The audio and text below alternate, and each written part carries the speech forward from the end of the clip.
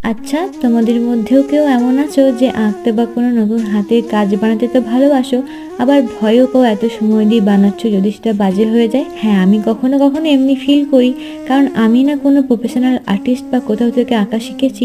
যেটাই করি নিজে বা কোথাও থেকে দেখে শিখেছি, তাই আমার আঁকার মধ্যে কোনো ভুল থাকলে তোমরা সেটা খুব যত্ন সহকারে বলে দাও।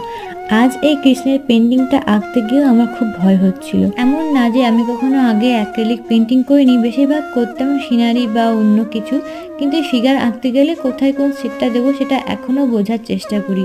তো আশা করি আমি আস্তে আস্তে সেটা বুঝতে পারবো। তো কৃষ্ণের বাণী কর্ম করে যাও, এটা স্মরণ করি আঁকতে বসলাম। এখানে আমার আঁকা কমপ্লিট। আমি বলবো না যে এটা একদম পারফেক্ট হয়েছে, তাও তোমরা জানিও কেমন লাগছে। আর কোনো ভুল ত্রুটি হলে সেটাও জানিও, তোমাদের কমেন্ট আমার খুব ভালো লাগে। তো এমনি নতুন ভিডিও দেখতে আমার চ্যানেলটিকে সাবস্ক্রাইব করে দিও। দেখা হচ্ছে অন্য কোনো ভিডিওতে। Till then, tata.